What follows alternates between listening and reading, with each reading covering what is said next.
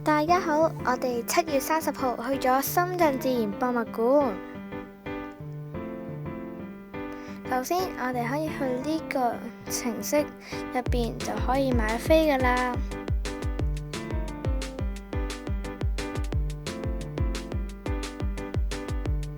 我哋係 call 車過去，差唔多到嗰陣時已經見到好大座嘢啦。去到嗰陣時，哇，真係好大啊！咁我哋啲樣都係要過安檢先嘅。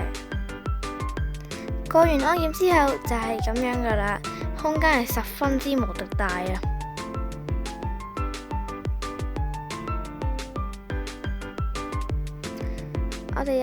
跟住我哋由底開始睇落去，呢度就係一啲展品啦。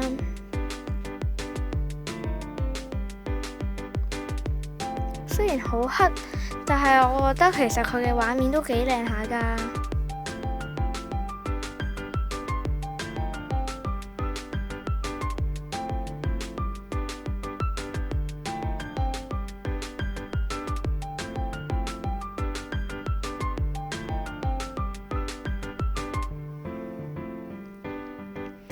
第一個展館呢，就係呢個係有一啲地球啊，即係星球啦，同埋一啲即係綜合一啲嘅館啦。展館2呢，就係地球廳啦，呢度都係講關於地球同埋星球嘅嘢啦，佢都會教你一啲係關於地球嘅資訊嘅。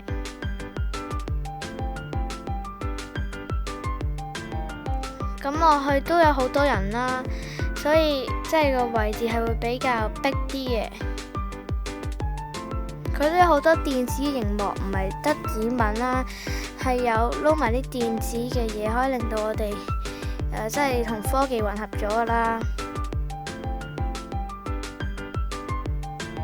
呢度就即係偏多啲關於水晶噶啦，佢嘅水晶都係好靚啦，我都覺得會。呢個紫水晶又大又靚，呢個都好靚咯，我都覺得佢一個又白白地又綠綠地嘅，跟住呢度全部都係奇觀噶啦，有好多都好奇怪，我都覺得。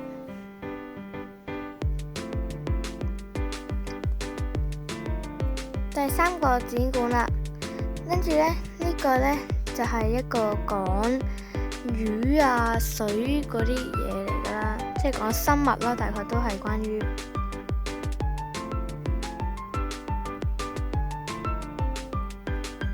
同樣都係好多人啦，所以行嘅時候真係要小心啲啦。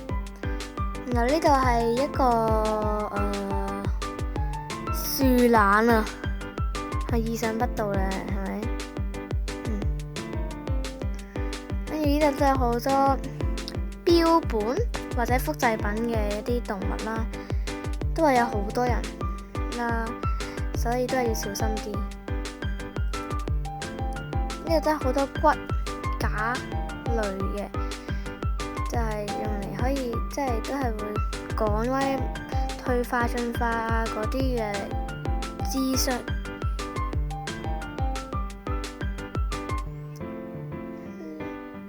呢個咁長嘅係乜嘢？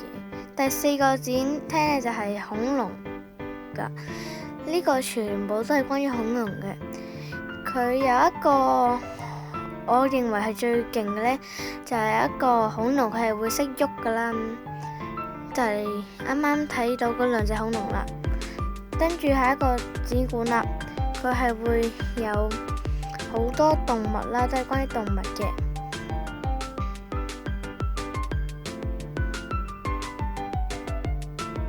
都係有好多人啦，同埋上面個電子熒幕呢係好大嘅，所以其實邊個角度都會睇到嘅。第6個就係生物廳啦，呢度有好多標本係真嘅，同埋好多複製品，都唔算好多複製品，即係都係會有好多真嘅標本啦。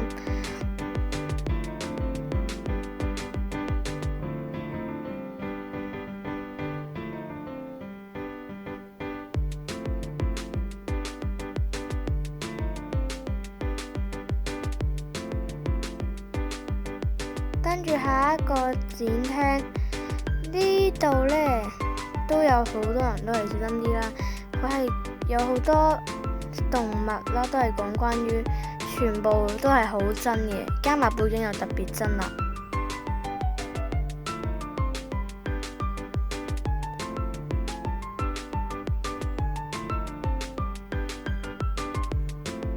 第8個家園廳，佢呢度其實我都唔明點解叫家園廳啦。總之都係OK 啦，又有鯊魚啦，跟住有好多都係動物咯，差唔多有幾個廳全部都係動物咯。但係佢個樣其實真係好真實咯，我覺得。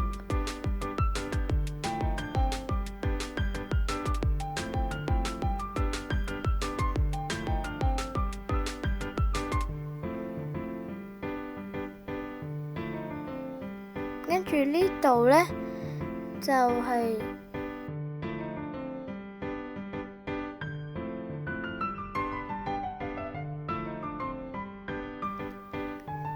呢度就有一個俾你買嘢嘅文創商店。呢度係就可以買一啲紀念品啦。我認為呢幾樣好抵啦。但係跟住呢度係免費嘅吸引仔啦，同埋呢度有個免費咪呢度買雪糕嘅。呢個我覺得好抵啊，20蚊3個球。呢個就係一個脆皮嘅12蚊。呢度就係一個 AI 嘅嘢去俾你嘅，其實我覺得幾抵啊。總括嚟講呢，人太多啦，所以80蚊唔係幾抵，建議大家冇咁多人先再去。